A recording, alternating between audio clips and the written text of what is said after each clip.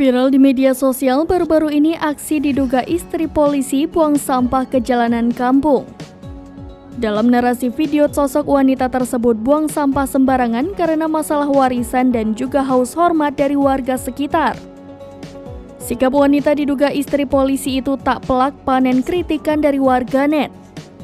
Mengutip tribunjatim.com, video wanita diduga istri polisi buang sampah sembarangan itu diunggah akun TikTok @mamahazriel0 pada Sabtu 3 Juni 2023 lalu.